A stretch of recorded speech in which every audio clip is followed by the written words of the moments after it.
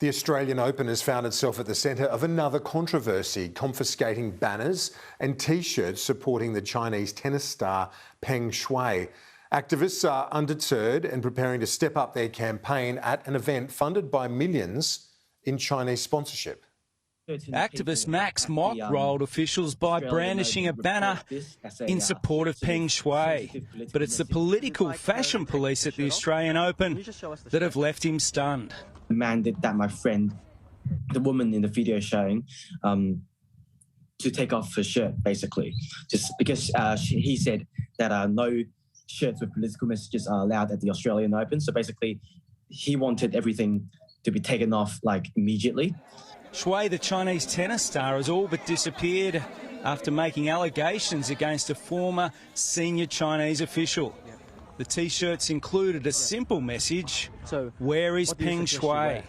Certain people at the Australian Open reported this as a sort of sensitive political message to the Australian Open authorities, and then the Australian Open authorities agreed with him. Well, I mean, they must have agreed with him. Why else would they do it?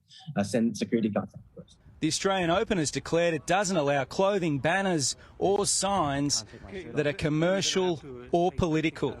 Frankly, I'm pretty cynical about the sincerity of Tennis Australia. On the one hand, they say that their primary concern is Peng Shuai's welfare. On the other hand, they censor tennis goers who are wearing T-shirts appealing for her safety and well-being.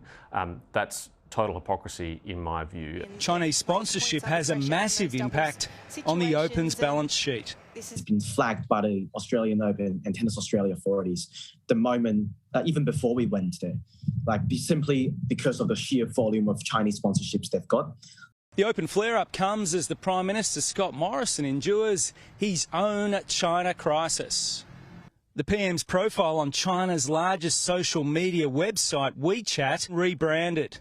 Suddenly it's pushing the communist nation's propaganda machine. It's a Beijing mouthpiece under the name Australia Chinese New Life. Obviously it's something that we would like to see rectified, because it's a method of communication to the Australian Chinese community which is very important. Senator James Patterson deeply concerned. It's really incumbent on all politicians to get off the platform. I think we should have a voluntary boycott off the platform. And I'm calling on the Leader of the Opposition in particular, Anthony Albanese, to show some leadership here. Scott Morrison had a WeChat account a long time before I did. I'll have a chat with him directly rather than a backbench MP.